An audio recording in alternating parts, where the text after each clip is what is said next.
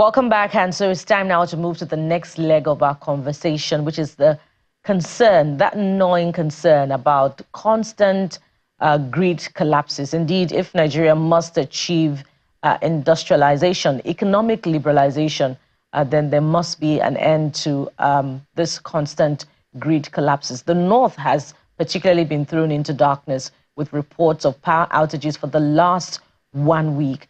And so we're going to have this conversation this morning, and joining us to have this conversation, we have Mr. Olabode Oni, an energy lawyer, and we'll also have, joining us from our Abuja studio, we have Mr. Adamu, who is joining us from our Abuja studio, former Commissioner for Information in Adamawa State and Public Affairs commentator, Mr. Hamad Sajo, pardon me, Mr. Hamad Sajo is a former Commissioner for Information in Adamawa State and Public Affairs commentator.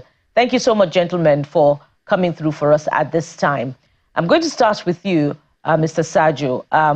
There were reports of vandalism of some power lines, a power line in the north, but the TCN has since reported that work has commenced on the repair of the power line, following reports that it was vandalized. In fact, at the time, there were reports that it had been taken over by bandits. But how reassuring are the reports that there's security formation around that installation?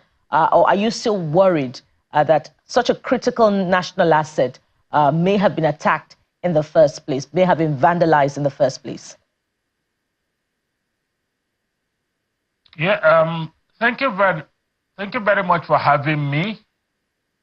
Let me begin by saying that a group of patriotic Nigerians, mainly professionals and academics, have come together in the city of Kano to look at this issue very dispassionately.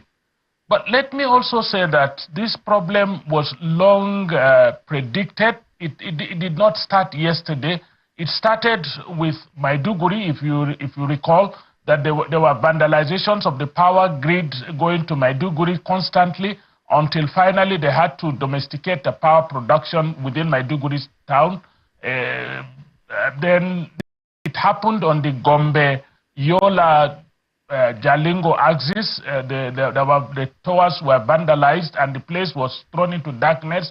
And all of this had been happening. So this is just a continuation that they could also go ahead and vandalize the Shiroro Kaduna power transmission grid, and then Uguaji Makodi. It's again, it's a source of worry for us. And these power grids are radial in nature. Apart from the Osogbo, Benin, and Lagos triangular loop, we do not have all the other grid, the transmission lines do not have the benefit of redundancy of alternative pathways if such a thing happens. And that's why the North has been thrown into darkness. And this has resulted in monumental losses, monumental sufferings, including even losses of lives of people who were either on oxygen at hospitals, and then people's businesses have literally collapsed. Some industries have decided to send their workers home. People who deal with frozen foods are also, literally out of business. So it's quite a serious problem, and it's a problem that we must begin to look at it very dispassionately. I understand, and we are pleased that the Office of the National Security Advisor had quickly intervened, arranged for security personnel to accompany the engineers that will work on these transmission lines. But I think we need a more sustainable process. We need alternative pathways to transmitting power to areas where power is needed, particularly northern Nigeria. And we also need more transmission facilities within the north itself. Because as it is now, what we have are mainly power generating capacities, in the central part of Nigeria and the southern part. The north does not have power generation capacity. And most importantly, You know, the power sector has always been a problem for all of us. The generating capacity, we're just celebrating 6,000 in a nation with 220 million people. I think that is grossly inadequate. But yet we have a transmission system that is long overdue for upgrade. This transmission, the Shiroro, Kaduna, Ugwaji, Makodi lines have been there since the process of centralizing power grid transmission systems had taken place about 50 or so years ago. No expansion, no upgrade. And I think that is one problem. Then we also have a distribution system where distributing companies are now saying they cannot even distribute the power that is generated. I think we need to look at this power system more dispassionately, because it's at the root of industrialization, it's at the root of human development. And like I said, we're not even discussing power in the north as a result of this power outage, of this grid vandalization. I think we're discussing lives and livelihoods. What is affected is essentially lives and livelihoods. People are really going through some very difficult time, and I think we need to look at it very seriously and very dispassionately. Let's take it to Mr. Ayodele Oni on this particular one. Mr. Oni, you've watched this space for as long as I can remember, and you understand the intricacies around all of this. And now, maybe you also respond to some of the things that Mr. Sajo has mentioned as a result of the impact of this power outage or blackout, as it is called. But also, I want you to speak to us about this new idea, or this idea that the Minister of Power is talking about, whether this is a way forward. I've constantly said, talking to experts like you and others, we expect the grid to keep collapsing until the right thing is done. So is this a way out of the situation, decentralizing the grid, and also commenting on or responding to what Mr. Sajo has said as to the impacts of the outage in the north? Okay, thank you very much. First things first, the transmission network consists of about 18,000 kilometers of high voltage transmission. Now, it's made a very crucial point that most of the northwest and all of the northeast is served by radial single circuit transmission lines, such that once there's an outage in any of the lines, it affects almost the entirety of that region. You know, it then means that if that's constantly been a problem, something needs to be done about it. Issues around vandalism, arson, and all of that have been a challenge. Now, with true federalism, which is what the Electricity Act seeks to do, you can have states now have their own generation, transmission, and distribution. Now, the issue is ability to attract investments, because it wouldn't be those states putting down all of those funds. That's one point. Secondly, I'm aware that there is a drone arrangement between TCN and one of the other agencies, and this appears not to be working as it should. You know, so all of these conversations need to be had. SCADA has been a challenge. We do not have spinning reserves as we should. If these technical issues have been the case for 20, 30 years, that's why I think the current minister is doing quite reasonably well, because many of these problems have been historical, and he's trying to ensure that they don't continue. Now, from an economic standpoint, it would affect factories and industries. Everyone would tell you that the minimum you would spend per kilowatt hour if you use petrol or use diesel is double, triple of what Band A pays at the moment. So it definitely would affect ability to compete. And it's not that alone. Recall that we also supply power to Niger, we supply power to Cameroon and Chad, and that also brings in forex. It's going to affect, I understand that this outage is also affecting that ability to continue to do that. So I think it's a serious situation, and because our transmission system is regarded as something of national security, I think more needs to be done. And the idea of each state being able to control its power sector, and even have regional arrangements like Kano, Kaduna, Jigawa having their regional arrangement, and Oyo and Osun State. Beyond being able to island it, then you have an arrangement where you can supply when you have excess. to states within your own region. So I think overall, we're on the right path. We just need to do much more around security, infrastructure that is old, and an emergency management system too. SCADA has now been made available, but I'm not sure it's going to function as it should. And ancillary services that should make the grid more efficient, like your spinning reserve should come on stream as quickly as they should. And even the TCN, when it gets funds, I understand in the last few years, it's gotten up to $7 billion in concessionary funds and all of that. More monitoring needs to be done, both by NERC and the relevant ministry. I think I'll leave it at that for now. Ms. Oni, let me stay with you for a bit. A good percentage of the national budget for 2024 has been allocated to the power sector, and according to reports, less than 4% of that amount is for personnel. And we can't ask enough questions about accountability. And we could go back, to a few years back before this time and look at the budgetary allocation to the power sector and what has been allocated for maintenance of infrastructure. Yes, indeed, the Minister for Power has said that our, transmission lines are old. Some of them go as far back as the 70s, and they require constant maintenance. But what about the allocation to that ministry for the maintenance of those power lines? In your view, as an expert, have they been judiciously utilized for the purpose that they were deployed to? If they have been, should we be having this constant grid collapses? In my view, that's where monitoring comes in. It's crucial. The information I do have is that monitoring has been poor, and it's doubtful.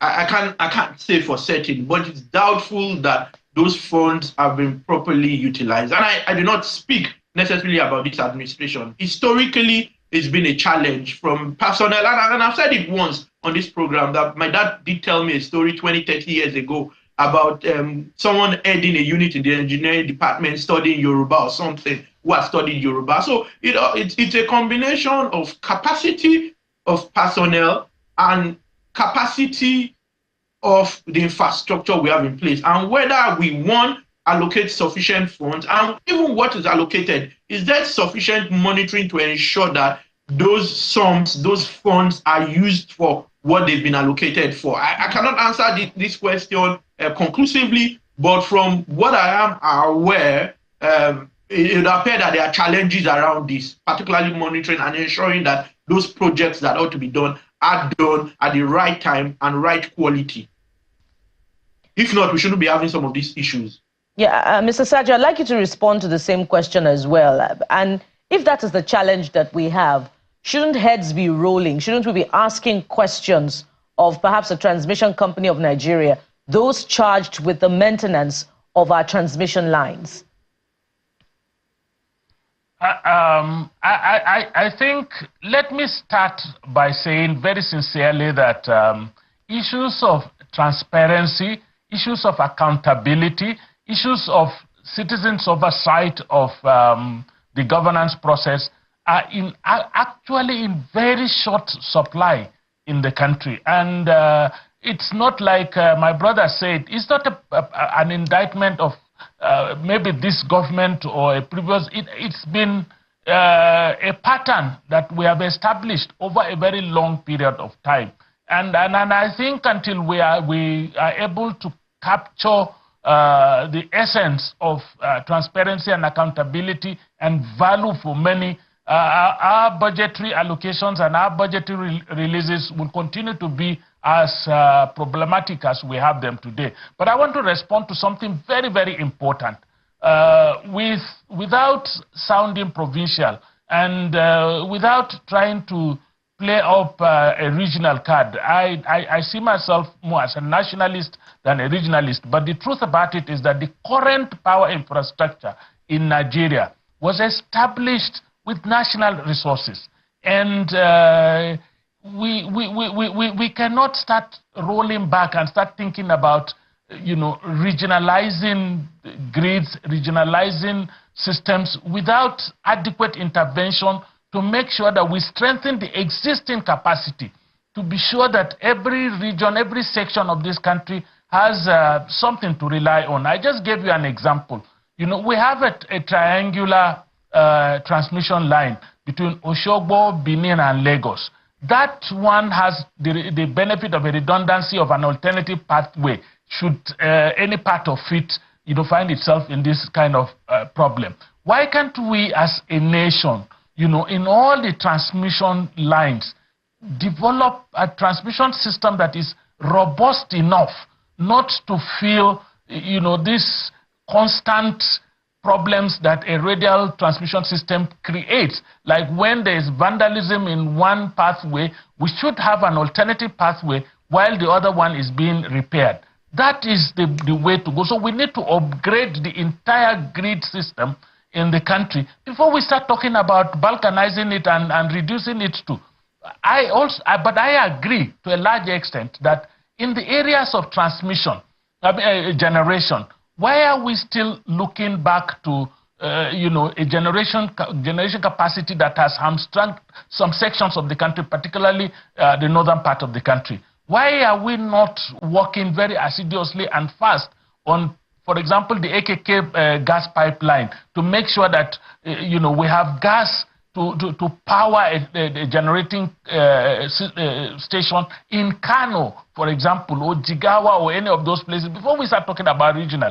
Why can't we, you know, as a conscious method, begin to say, look, we're going to achieve, say, the Mambila Plateau, or turn the Dadin Kowa Dam into the hydro dam? Or why are we not even looking at alternative power generation capacities like clean green energy, solar, wind, whatever? Why can't we increase our generating capacity in different locations so that the process of transmission to power requirement centers, to city centers, to communities can also reduce? You now have thousands of kilometers of grid lines transmitting power from a very long distance that is, once it's interrupted, a whole section of the country goes into darkness, because we are not actually planning properly to make sure that every, you know, we build sustainable systems for ourselves, sustainable systems for our country,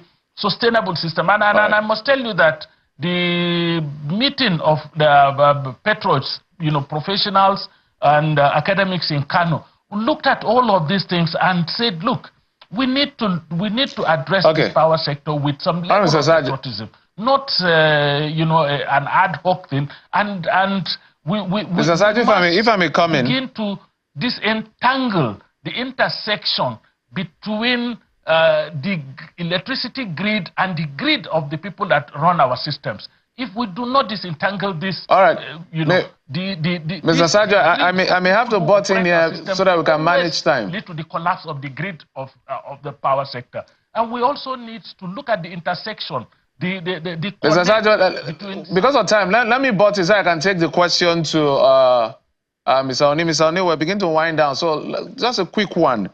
We have all sorts of energy sources, from renewable, non-renewable to alternative. So let's do a bit of, say, a reality fact file, if you will, for us.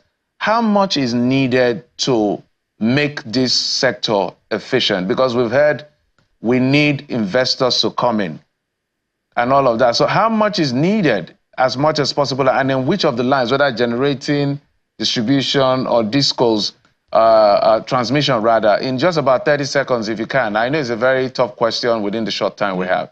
My view is that our challenge is in generation, generally speaking.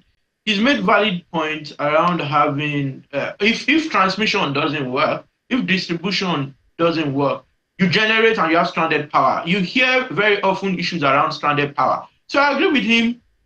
We need to improve the grid, because no matter what we say about the Electricity Act, not every state can afford to create its own electricity market. So the grid still needs to work. So for me, it's around conversations around the grid and distribution. If those work, a lot of generation projects will come on stream, and you'd be able to transmit them. You'd be able to get the power to end users. So if you spend money on generation and you do not spend sufficiently on the grid and distribution, you still have the same problem of stranded power. So it's not generation. I think we need to take generation out of the equation. I understand what needs to be done in the north with the Adokta Kaduna Kano pipeline such that there can't be investment around generation. But if they can't distribute, if they can't transmit using Yola, Kano, Kaduna, Discos, then it wouldn't make any sense.